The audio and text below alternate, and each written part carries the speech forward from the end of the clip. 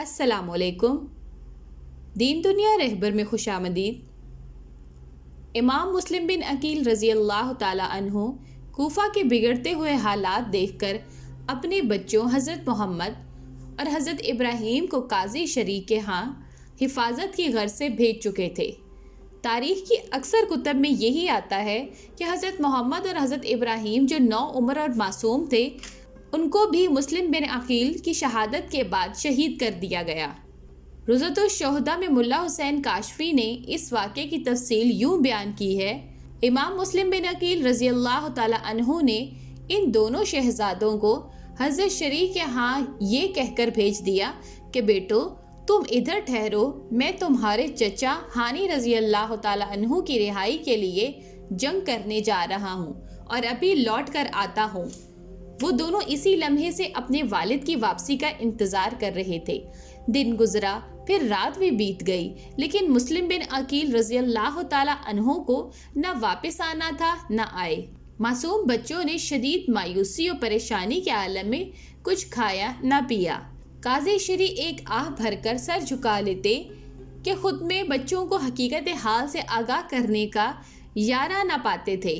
شہزادوں نے 2 دن تک کچھ نہ کھایا پیا اور والد کا انتظار کیا۔ انتظار طویل تر ہو جانے پر ابراہیم علیہ السلام اپنے بڑے بھائی سے کہنے لگے، بھائی جان، خدا جانے ابا جان کب آئیں گے؟ میں تو مدینہ کی گلیوں کے لیے اداس ہو گیا ہوں۔ میرا دل چاہ رہا ہے کہ اڑ کر مدینہ پہنچ جاؤں۔ مجھے رہ کر مدینہ کے بچوں کا خیال آ رہا ہے جو کہتے ہوں گے کہ ابراہیم کوفہ جا کر ہمیں بھول گئے ہیں۔ اسی نوعیت کی معصومانہ باتیں بھائیوں کے درمیان ہوتی، جسے سن کر قاضی شریع اور ان کے گھر والوں کا کلیجہ منہ کو آنے لگتا۔ اسی اثناء میں کوفہ کی گلیوں میں اعلان ہونے لگا کہ جو شخص امام مسلم بن عقیل رضی اللہ تعالی عنہ کے دونوں بیٹوں کو گرفتار کر کے لائے گا، اسے انعام و اکرام سے نوازا جائے گا، اور جو شخص ان کو اپنے گھر میں بنا دے گا اسے سخت سزا دی جائے گی۔ اس پر جاسوس ہر طرف ان بچوں کو تلاش کرنے لگے۔ اب قاضی شریع سے رہا نہ گیا اور وہ دل تھام کر بڑی پریشانی کے عالم میں شہزادوں کے سامنے عرض کرنے لگے، میں بڑے افسوس کے ساتھ تمہیں یہ خبر سنانے پر مجبور ہو گیا ہوں کہ تمہارے بابا امام مسلم بن عقیل رضی اللہ تعالی عنہ کو شہید کر دیا گیا ہے، اور ہزاروں کوفی جو کل تک تمہارے ہاتھ چومتے تھے، تمہارے دامن چھو چھو کر اپنی آنکھوں سے لگاتے تھے اور تمہارے بابا کے ہاتھ پر بیعت کر کے ان کی خاطر کٹ مرنے کا اعلان کرتے تھے، سب کے سب تمہارا ساتھ چھوڑ چکے ہیں۔ اب سوائے اس کے کوئی چارہ نہیں ہے کہ تم چپکے سے مدینے چلے جاؤ۔ اگر میں تمہیں مزید اپنے گھر میں ٹھہراتا ہوں تو کسی لمحے تمہاری گرفتاری عمل میں آ سکتی ہے۔ چنانچہ انہوں نے اپنے بیٹے اسد کو بلا کر کہا، میں نے سنا آج باب الاراکین سے ایک کارواں مدینہ منورہ روانہ ہونے والا ہے۔ ان دونوں بچوں کو وہاں لے جاؤ اور کسی ہمدرد اور محب اہل بیت کے سپرد کر کے اس کو حالات سے آگاہ کر دینا اور تاکید کر دینا کہ ان کو باحفاظت مدینہ منورہ پہنچا دے۔ قاضی شریع کا بیٹا اسد علیہ الصبح دونوں صاحبزادوں کو لے کر باب الاراکین پہنچا تو پتہ چلا کہ کارواں کچھ دیر پہلے روانہ ہو چکا ہے۔ وہ دونوں بچوں کو ساتھ لے کر اسی راستے پر چلا۔ کچھ دور گئے تو گرد کارواں نظر آئی۔ اسد بن تشریع نے کہا، بھائی وہ گرد اسی قافلے کی ہے، تمہارے ساتھ میرا جانا اور دوڑنا کچھ مناسب نہیں ہے بلکہ مصلحت کے خلاف ہے۔ تم دوڑ پڑو، جلد ہی تم اس قافلے سے جا ملو گے۔ معصوم بچوں نے اس کا شکریہ ادا کیا اور ایک دوسرے کا ہاتھ پکڑ کر قافلے کی جانب دوڑ پڑے۔ بچے بہت کم عمر تھے، تیزی سے دوڑا بھی نہیں جاتا تھا۔ کچھ ہی آگے گئے تھے کہ چھوٹے بھائی ابراہیم کے پاؤں میں کانٹا چبھ گیا۔ تکلیف کی وجہ سے وہ بیٹھنا چاہتا تھا اور بڑا بھائی اسے گرفتاری کے خوف سے آگے بھگانا چاہتا تھا۔ دیر تک یہی صورتحال رہی، لیکن بڑا بھائی کب تک چھوٹے بھائی کو اس طرح گھسیٹ سکتا تھا؟ وہ رکا اور چھوٹے بھائی کے پاؤں سے کانٹا نکالا۔ پھر جب وہ دوبارہ قافلے کی طرف روانہ ہوئے تو گرد تقریباً نظروں سے اوجھل ہو چکی تھی اور پھر قافلے کی کوئی خبر نہ تھی۔ یہ پھول سے یتیم بچے عالم تنہائی میں انتہائی پریشانی کا شکار ہو کر ایک دوسرے کے گلے مل کر رونے لگے۔ دن کا اجالا پھیلتے ہی ابن زیاد کے سپاہی ان کی تلاش میں وہیں آ پہنچے جہاں شہزادے کھڑے تھے۔ انہوں نے ان کے حسن سے پہچان لیا کہ یہ خاندان نبوت کے چشم و چراغ ہیں، چنانچہ وہ ان کو گرفتار کر کے ابن زیاد کے پاس لے گئے۔ ابن زیاد نے حکم دیا کہ ان کو اس وقت تک جیل میں رکھا جائے جب تک میں ان کے متعلق یزید سے نہ پوچھ لوں کہ ان کے ساتھ کیا سلوک کیا جائے۔ بچوں کو سیاہ کوٹھڑی میں بند کر دیا گیا۔ شہزادے یہ تنگ و تاریک اور بھیانک کوٹھڑی کو دیکھ کر حیران رہ گئے اور ایک دوسرے سے پوچھنے لگے کہ یہ کوٹھڑی ہے؟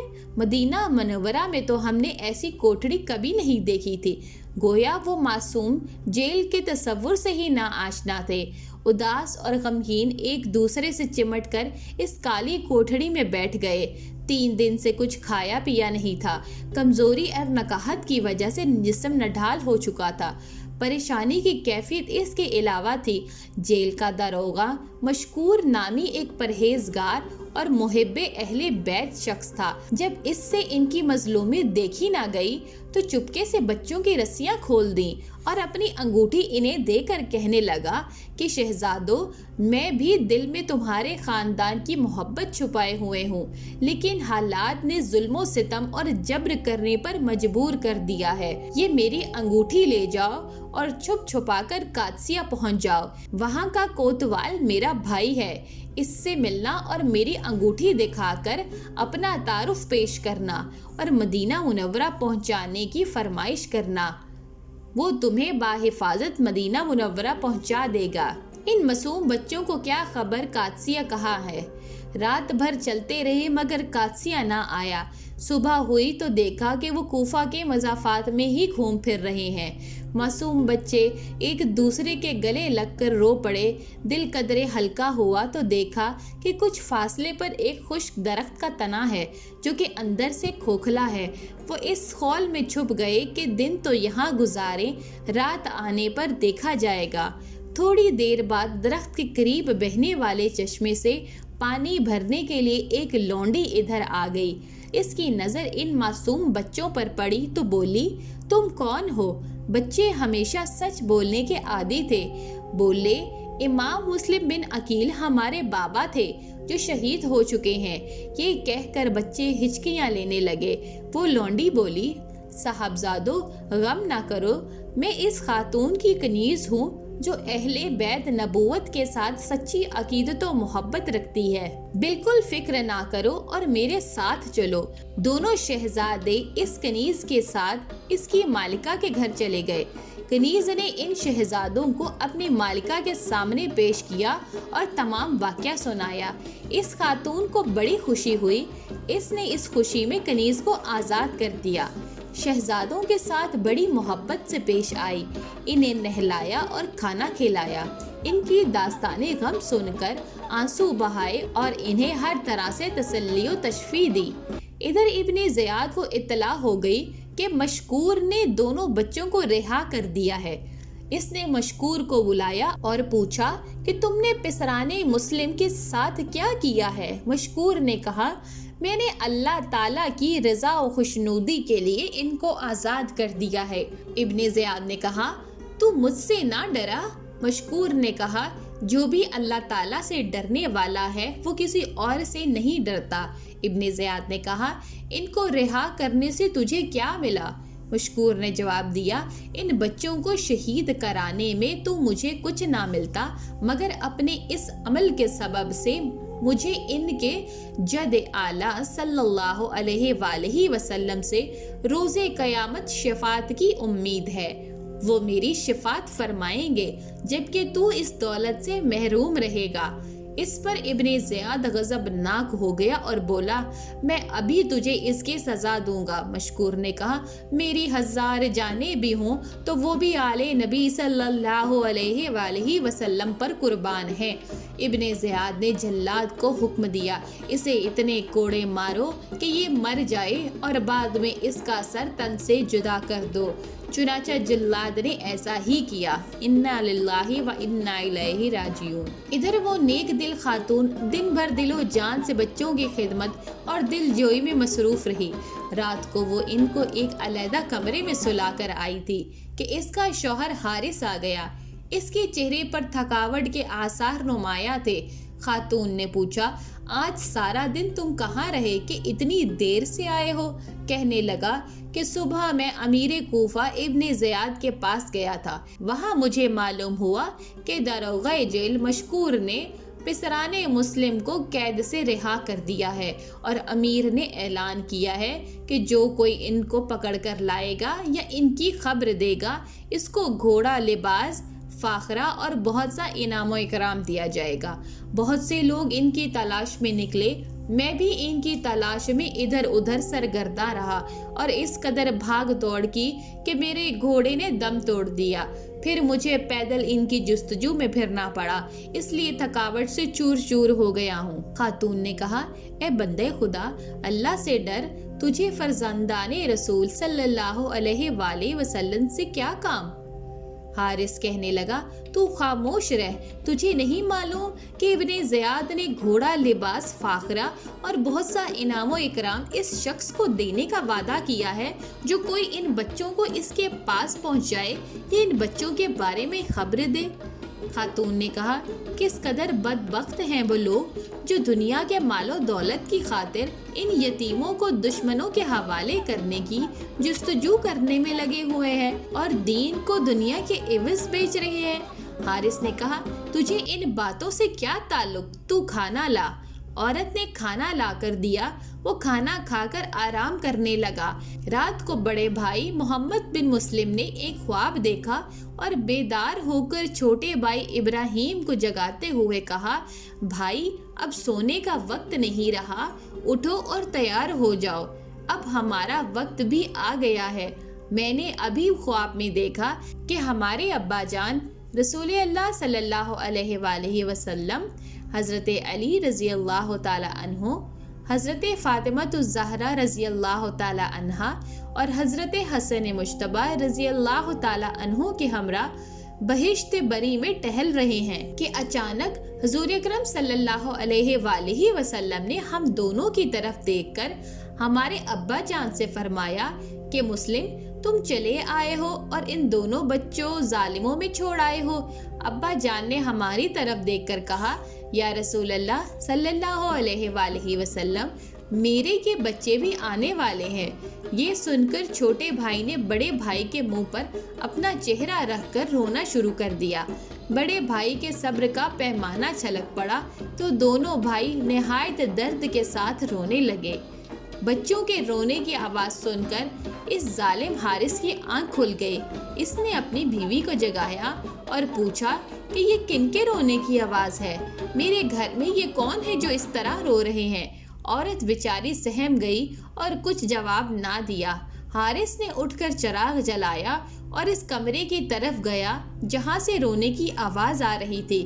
کمرے میں داخل ہوا تو دیکھا دو بچے ہیں جو کہ ایک دوسرے سے لپٹ کر زاروں قطار رو رہے ہیں۔ حارث نے پوچھا کہ تم کون ہو؟ بچوں نے ہچکیاں لیتے ہوئے جواب دیا، امام مسلم بن عقیل کے فرزند ہیں۔ حارث کہنے لگا کہ تعجب ہے، میں سارا دن تمہیں تلاش کرتا رہا یہاں تک کہ میرے گھوڑے نے دم توڑ دیا اور تم ہو کہ میرے ہی گھر میں موجود ہو۔ یہ سن کر بچے سہم گئے۔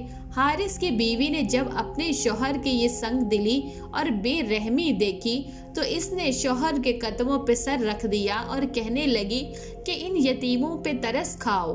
مگر حارث نے کہا، اگر تو اپنی جان کی خیر چاہتی ہے تو خاموش رہ۔ یہ کہہ کر اس نے کمرے کا دروازہ مقفل کر دیا تاکہ اس کی بیوی بچوں کو کہیں اور منتقل نہ کر دے۔ جب صبح ہوئی تو حارث نے تلوار ہاتھ میں پکڑی اور بچوں کو ہمراہ لے کر چلنے لگا۔ جب عورت نے منظر دیکھا تو اس سے رہا نہ گیا، وہ ننگے پاؤں پیچھے دوڑی اور اپنے خاوند سے کہنے لگی کہ خدا سے ڈر اور ان یتیموں پہ ترس کھا۔ اس پر اپنی بیوی کی منت و سماجت کا کچھ اثر نہ ہوا، بلکہ وہ اس کو مارنے دوڑا۔ اسی اثناء میں حارث کی ایک غلام کو، جو کہ اس کے بیٹے کا رضاعی بھائی بھی تھا، معلوم ہوا تو وہ بھی پیچھے دوڑا۔ حارث نے اسے دیکھا تو کہنے لگا کہ ممکن ہے ان بچوں کو ہم سے کوئی چھین لے اور انعام و اکرام خود لے جائے، لہٰذا یہ تلوار لو اور ان کے سر تن سے جدا کر دو۔ وہ غلام بولا کہ مجھ میں ان بچوں کو قتل کرنے کی ہمت نہیں ہے، مجھے رسالت پناہ صلی اللہ علیہ وآلہ وسلم کی روح اقدس سے شرم آتی ہے۔ ان کے خاندان کے بچوں کو قتل کر کے میں کل قیامت کے دن ان کے سامنے کس طرح پیش ہوں گا؟ حارث نے کہا تو ان کو قتل کر ورنہ میں تجھ کو قتل کر دوں گا۔ وہ غلام بولا قبل اس کے کہ تو مجھے قتل کرے میں تجھے قتل کر دوں گا۔ دونوں آپس میں گتھم گتھا ہو گئے۔ حارث نے غلام کو شدید زخمی کر دیا۔ اتنے میں حارث کی بیوی اور بیٹا آ گئے۔ حارث کے بیٹے نے کہا اے باپ، یہ میرا رضاعی بھائی ہے، اس کو مارتے ہوئے تمہیں شرم نہیں آتی؟ باپ نے بیٹے کو تو کوئی جواب نہ دیا، مگر غلام پر ایک ایسا وار کیا کہ وہ جام شہادت نوش کر گیا۔ پھر حارث نے اپنے بیٹے سے کہا کہ بیٹے یہ لو تلوار اور ان بچوں کے سر قلم کر دو۔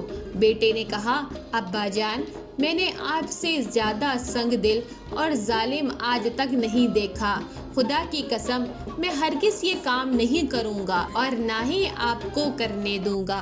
حارث کی بیوی نے پھر منت و سماجت کرتے ہوئے کہا کہ ان بچوں کو قتل نہ کرو، اور اگر تو ان کو چھوڑ نہیں سکتا تو انہیں زندہ ہی ابن زیاد کے پاس لے جا، اس سے تیرا مقصود بھی حاصل ہو جائے گا۔ مگر وہ بدبخت کہنے لگا مجھے اندیشہ ہے کہ جب اہل کوفہ ان کو دیکھیں گے تو شور و غوغا کر کے ان کو مجھ سے چھڑا لیں گے اور میری محنت ضائع ہو جائے گی۔ آخر وہ ظالم تلوار لے کر بچوں کو قتل کرنے کے لیے آگے بڑھا۔ یہ دیکھ کر کہ اس کی بیوی اس کی راہ میں حائل ہو گئی، اس نے اپنی بیوی پر تلوار کا وار کیا۔ بیوی گھائل ہو کر گر گئی اور تڑپنے لگی، تو ماں کو تڑپتا دیکھ کر بیٹا بھی آگے بڑھا اور باپ کے راستے کی دیوار بن گیا۔ ظالم باپ نے لالچ میں اندھا ہو کر بیٹے پر بھی تلوار کا وار کر کے اسے موت کی نیند سلا دیا۔ ماں نے جب اپنی آنکھوں کے سامنے بیٹے کو قتل ہوتے دیکھا تو اس کا کلیجہ پھٹ گیا اور وہ بھی راہی جنت ہوئی۔ پھر وہ ظالم حارث ان معصوم بچوں کی طرف بڑھا اور پہلے بڑے بھائی اور پھر چھوٹے بھائی کا سر تن سے جدا کر دیا۔ ان للہ و انا الیہ راجعون۔ جب اس ظالم نے ان معصوم بچوں کو شہید کر دیا تو سر کاٹ کر لاشیں کہیں پھینک دیے اور سر ایک تھیلے میں ڈال کر ابن زیاد کے دربار کی طرف چلا۔ دوپہر کے وقت اس نے قصر امارت پہنچ کر تھیلا ابن زیاد کے سامنے رکھ دیا۔ ابن زیاد نے پوچھا اس میں کیا ہے؟ اس نے کہا اس میں تیرے دشمنوں کے سر ہیں۔ ابن زیاد نے پوچھا کہ یہ دشمن کون ہے؟ کہنے لگا فرزندان مسلم بن عقیل۔ ابن زیاد غضبناک ہو کر گرجا تو نے کس کے حکم سے ان کو قتل کیا ہے؟ بدبخت، میں نے تو یزید کو لکھ کر بھیجا ہے کہ اگر حکم ہو تو ان کو زندہ بھیج دوں۔ اس نے زندہ بھیجنے کا حکم دیا تو میں کیا کروں گا؟ تو ان کو میرے پاس زندہ کیوں نہیں لایا؟ حارث کہنے لگا مجھے اندیشہ تھا کہ اہل کوفہ شور و غوغا کر کے ان کو مجھ سے چھین لیں گے۔ ابن زیاد نے کہا اگر تجھے یہ اندیشہ تھا تو انہیں کسی محفوظ مقام پر ٹھہرا کر مجھے اطلاع کر دیتا، میں خود منگوا لیتا۔ تو نے میرے حکم کے بغیر ان کو کیوں قتل کیا ہے؟ تمہیں اس حکم عدولی پر سزا ملے گی۔ چنانچہ ابن زیاد نے مقاتل نامی جلاد کو اس شخص کے قتل کا حکم دیا اور جلاد نے حارث کا سر تن سے جدا کر دیا۔